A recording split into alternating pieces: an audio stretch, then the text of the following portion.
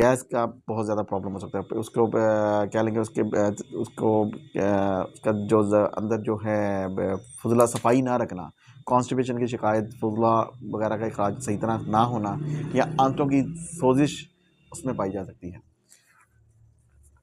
इसको नसूर, जैसे दांतों का नसूर, दाढ़ों का नसूर, मगज का नसूर, आंतों का नसूर हो जाना या नाफ का नसूर हो जाना, इस तरह जैसे बाकी नसूर के ज़ख्म पैदा हो सकते हैं, इस तरह ये भी एक नसूर ही ज़ख्म है। अरबी ज़बान में इसको नसूर ही कहते हैं। ये इस कदर शदीद दर्द का होता है कि इसमें आदमी जो है ना वो आराम से बैठ ही नहीं सकता, मुसलसल हिलता रहता है। मिसाल के तौर पे जैसे सख्त जगह पे बैठना उसके लिए बहुत दुश्वार होता है, वो बैठ ही नहीं सकता। 70 की सीट, बाइक की सीट पे उसके लिए बैठना बड़ा मुश्किल होता है।